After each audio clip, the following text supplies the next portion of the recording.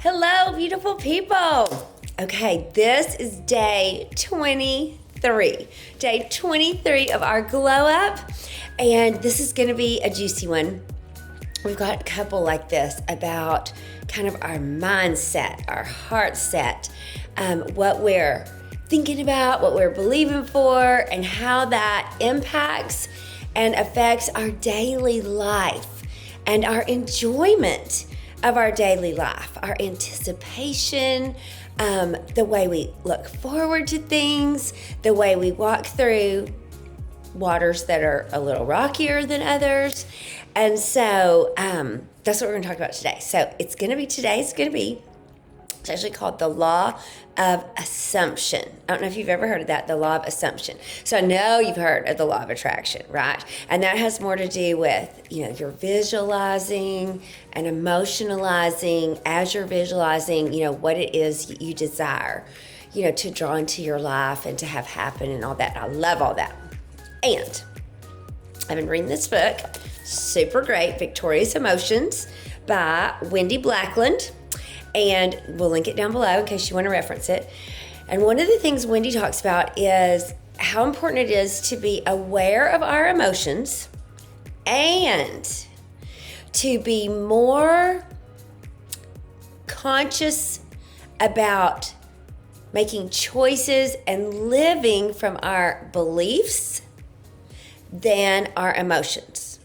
And I know we've all heard, right? We've experienced it. Emotions can be fickle. We can have fickle feelings. It's true.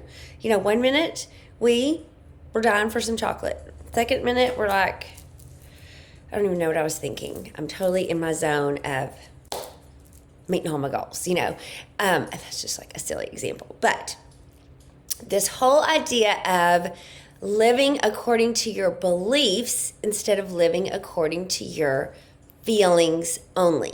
We want to be super aware of our feelings because they can totally tell us things about us. They can, the body keeps the score, right? So our body, our emotions can let us know when something has gone awry. We are not feeling great about something. We've just had like a dip in our energy.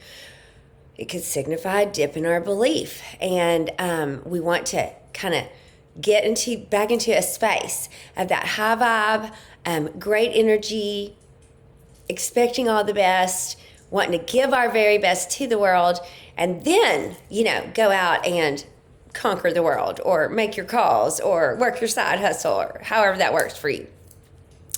So this law of assumption, this is, I'm going to kind of give you a little bit of a definition. So it kind of reminds me again of like a self-fulfilling prophecy. I know you've heard that term too, back in college days, of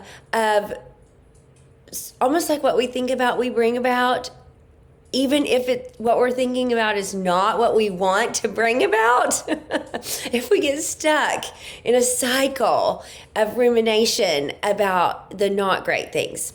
So just a couple of key points about the law of assumption is, unlike the law of attraction, which, like I said, focuses on visualization, the law of assumption places more emphasis on your deep-seated convictions and how they influence your reality. So not only is visualization great for practicing the law of assumption, in addition, behaving as if it's already yours. It's already yours. It's already on the way. And so I like to think of it as when I place an order on Amazon. I just did this at the end of my Bible study time this morning. My favorite yellow highlighter ran out, and so I was wanting to get some more. And they were on special. I was like, even better, I'll get some and I can share some with friends. And so I placed that order, and it said it should arrive by Friday. So I am assuming it will be here on Friday or before. So it is safe for me to expect for that package to arrive, right? So I've placed the order, I've made the payment, the confirmation has come, and so I can assume that is headed my way. Well, what if we applied that same process around the other things we're believing for, whether it is a side hustle you're working on, a dream you have that you haven't started yet, but in this new year, you're like getting your courage up and you're about to take that first step of faith. Just like Martin Luther King, right? Trusting that the rest of the staircase will appear as you take that first step. And so that's where, like, what you believe, those deep-seated convictions. So I think it's Albert Einstein that said, the greatest question we can answer is, do you believe this universe is friendly towards you or not? We move about the planet in a different way when we have a trusting heart that God's plans for us are good and that his eye is on us and that his heart is for us. And sometimes, you guys, we might have been raised in ways or to believe things that were influenced by what man believed instead of exactly what God talks about who he is in the scripture. And that's just an example, like from a spiritual standpoint. You can have a million examples from any other standpoint.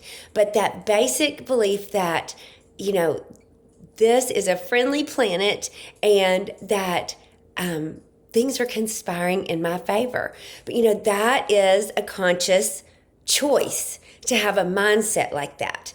And sometimes based on our past experiences, if that is not what you've experienced, or you've been through a bit of time that it hasn't worked out that way for you, you could be doubting or wondering that. And so it's super important to revisit because, again, our emotions can misinform us. And it would be so sad, you guys, so sad if we decided to base our future on our past, or to base our future victories and experiences just off of our past experiences, because there is always so much more. If you are a person that's into Bible stuff, one of the scriptures talks about how Christ always leads us in triumphant procession. He is a progressive kind of God. He is on the move forward. And his heart for you is a father's heart, a good heart with your best in mind. And like I said, those are just some examples from a spiritual point of view. You totally don't have to be that into any of that, but just for the purposes of some examples. So what about you?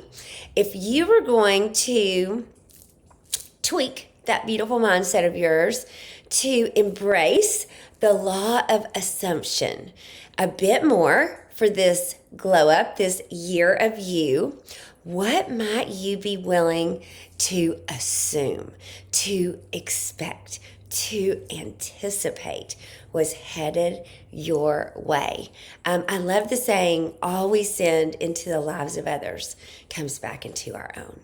And I also love this, that if we think we have got, a shovel, then we need to remember that God has a shovel 100 times as big.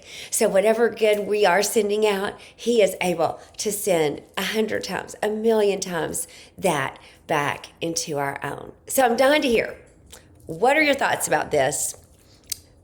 The juicy goodness, to me, it almost reminds me of like the law of reciprocity even, the law of the boomerang, that assumption that it is safe for us to trust that the seeds we are planting are going to indeed produce and yield even a greater harvest than we can imagine. So I'm dying to hear. I wish you were sitting right next to me at my bar so that we could have a cup of coffee and a conversation about it. How could this serve you in your glow up?